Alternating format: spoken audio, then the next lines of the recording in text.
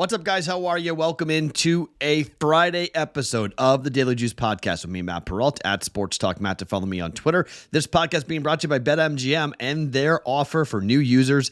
It's a $1,000 first bet offer for new users with the promo code JUICE at BetMGM.com. Okay, so we went up 1.5 units and we gave it right back. Thankfully, we got Vegas and Edmonton, the moneyline parlay. It was sweaty, but it came in. We got that for a plus 120, so that cut into the unfortunate Devils puck line. They won the game, didn't get the puck line. Dallas won the game, didn't get the puck line. And then like 100 goals got scored in the third period between Carolina and Florida. I mean, just like, what was that? 2-1 going into the third period. Game looked like I had handicapped it pretty well.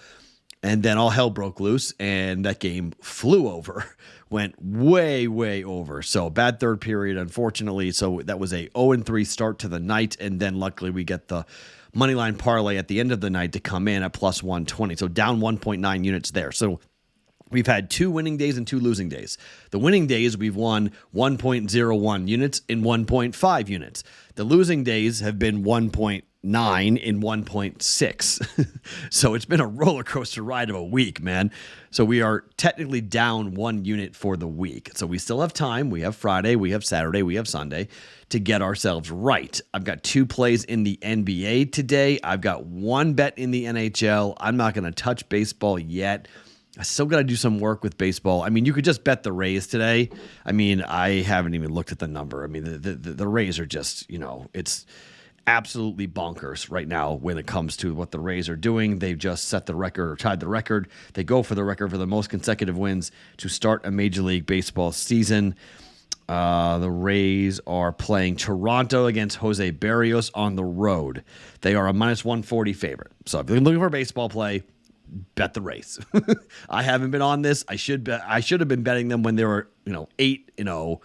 Now they're 13-0, and everyone's waiting to bet against them because I think I don't know. I would probably bet against them. I'd probably take the plus 120. I don't know, but we'll see on that. I mean, it's not a tough game to bet. I bet on streaks. So I would say if I had to bet it, bet the 140. But at some point, the Rays are going to lose a game. Most likely one of the games in Toronto they're going to lose. It's just got to find which one are they going to lose. So we'll break down the basketball and the 1 hockey play that I've got for you guys coming up. We got a 3-bet day coming at you here for today. But before we do that, let's talk about how you guys can win a free year of Betting Pros Premium. This will be given away at the end of the month. How do you win it? You subscribe to the Betting Pros YouTube channel. You like this video and comment underneath me, because when you do, you could be the one selected to win the free upgrade to Betting Pros Premium, whether you're looking for access to player picks, exclusive picks, player props, or custom analysis of your betting performance. Betting Pros Premium has the tools to help you catch more bets. If you don't want to wait till the end of the month and you want to activate it yourself, you can do so by signing up at bettingpros.com/upgrade and start betting smarter, not harder. Okay, let's start with the NBA games happening tonight. It's going to be a basketball day, a basketball show. Let's start with Chicago at Miami. We took the dog in the Chicago game against Toronto. Chicago's on the road again here, up against Miami. Did you guys know that Miami is 14-26-2 ATS at home? That is not good. And Miami is at home again. They just lost the first play-in game. And here comes Chicago. They are 20-20-2 on the road. And against the Eastern Conference this year, Chicago was 29-22-2. Miami was 18-33-2 against the Eastern Conference. Look, DeMar DeRozan up against Kyle Lowry, former teammates going up against each other. I'm just taking the dog here, and I'm sprinkling money line. Good shot the Bulls here are going to win, and they're going to be the 8th seed to go and face the Milwaukee Bucks. And I'm not saying that's going to be a fun series for them, but they have a chance to go take on Chicago, Milwaukee, big rivalry. I'm just not buying on this Miami team. I mean, Bam Adebayo looked completely disinterested. I don't think there'll be much of a crowd here. There wasn't a good crowd in Miami for the first game that they lost. So why is the crowd going to show up on a Friday night to watch the Heat play when they might lose again? Number's 5.5. I'm actually surprised it's this high.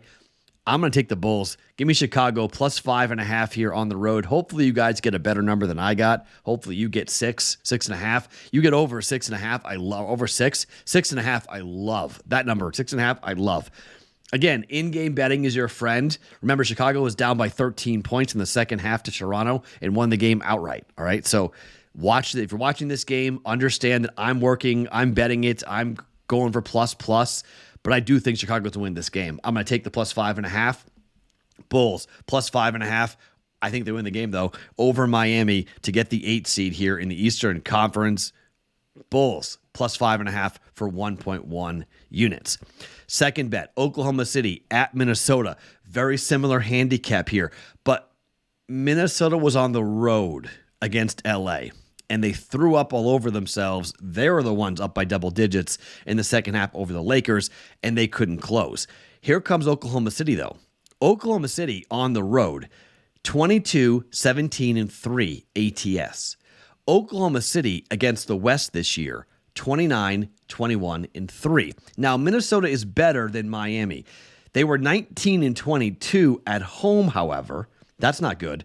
But they were 30-23 ATS against the Western Conference. But you've got the fact that Rudy Gobert is not going to play in this game. You've got other players who got in that melee, punching walls, and not the full complement of players here for the Minnesota Timberwolves. You know, Jaden McDaniels is out for breaking his hand, so he's not going to play. Karl Anthony Towns is questionable, but I mean he's going to play. Come on now, that's not ridiculous. Maybe Rudy Gobert. I mean, maybe they let him play. Maybe they put him back on. He was suspended for the first game.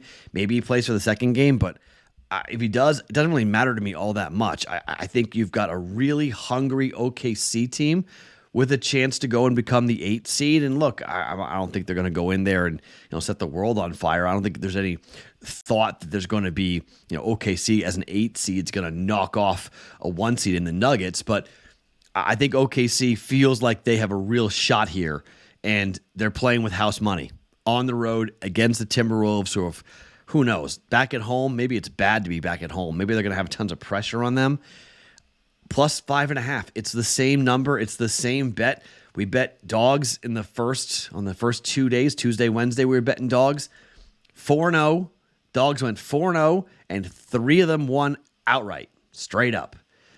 I'm not saying that it's a trend that automatically that the dogs are going to win here, but I just think the same thing, same handicap. Teams at home who don't want to play basketball much anymore, Miami and Minnesota, and I think OKC and Chicago are both really hungry. Maybe they don't win the game outright, but I think 5.5, I think they cover. Chicago plus 5.5, OKC plus 5.5, both those bets for 1.1 units. Now, this is the last day of the regular season for hockey, okay? I've done well in hockey. I'm kind of annoyed that I just went 1-3, down 1.9 units in hockey. So we definitely are, giving some back here. We were up going into the night. We were up 7.6 units in hockey. So we give it back now. So we're basically 5.5 units up. So I'm a little bit hesitant to bet hockey today. I'm kind of like, man. So here's the one caveat, okay? If Georgiev is in net for the Colorado Avalanche, okay? If he's in net, we're going in regulation, Colorado against Nashville. It's minus 190 on the money line right now. 60 minutes, meaning no overtime. Minus 125 for Colorado. If they play Francois, or however they say the guy's back, if they play him, I'm not in, okay? I'm out. Entirely, all right? I normally bet these games overnight. I'm actually not going to bet this until we hear who the goalies are myself, okay? It's that tricky of a night because Colorado needs to win the game, okay? The Western Conference is pretty much set. If Colorado wins the game, Colorado becomes the number one, where they win the division. Vegas won. They're the number 1 seed overall, but they win their division. So they get to kind of pick who they're going to wind up playing in the postseason. But knowing Colorado, defending champs, I don't think they really care who they play. I think they just want to win the Central and let Dallas play Minnesota and let those two teams go into a war. And then Colorado gets to go ahead and play against the Kraken. Vegas is going to play the Winnipeg Jets. That's set. They will either, if the Avalanche win this game, or if the Avalanche go to overtime and get 1 point and lose the game in overtime. If they win the game in overtime, it's fine. But if they lose the game in overtime, an overtime loss, giving them 1 point, it's 108-108. Dallas has the tiebreak. So Dallas will win. Colorado playing the Wild. You don't want to play the Wild. Much rather play the Kraken. You want to play a wild card team in their first ever playoff appearance. Absolutely. Now, yes, everyone's going to say, well, the Vegas Golden Knights went to the Cup Finals in their first playoff appearance. Different situation entirely, okay? I don't think the defending champs get bounced by a second-year team first year in the postseason, okay? So if Georgiev is in net for the Avalanche, we're on the money line for the Avalanche at -125 inside of regulation, okay? No overtime. You can lay the money line if you want, -190. I'm just not interested in doing that. If you want to get a little frisky, Buffalo most likely will win this game tonight against Columbus. Columbus just beat they just beat the Penguins to blow their shot at Connor Bedard. Now, they still technically could get him as the ping pong balls are going to bounce, but if the Blue Jackets win again, they'll have 61 points, all right? 61 points will put them above San Jose, Chicago, Anaheim, in terms of who is going to wind up and who is anybody else? No, and that's it. Yeah. So they would be, instead of being where they are right now, they're tied for the second worst. If they win, they would leapfrog all the way to 61 points, and they'd be the fifth option with the ping pong balls, which is like 3% to get Connor Bedard. It's even low to get the second pick at 5. So that's not good. I mean, I cannot see Columbus winning this game tonight. It would be stunning, but Buffalo's playing for nothing. So maybe these young kids don't know any better again and they go out there and win. But if you want a 2-leg moneyline parlay, it's +145. Buffalo and Colorado. It's not a bad play, but it's a little bit difficult to kind of go, yeah, I want to jump in here and bet on Buffalo without any real knowledge. They won yesterday 4-3. On the road, Buffalo's been better on the road than they have been at home. They're 24-13-3 on the road. At home, they're 17-20-4.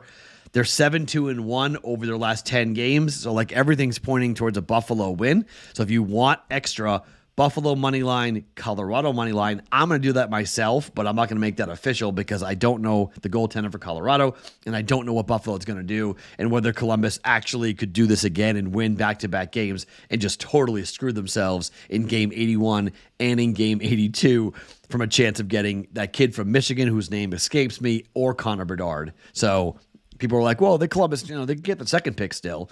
Yeah, they got to lose to Buffalo to be in the idea of getting a second pick, though. So that's important.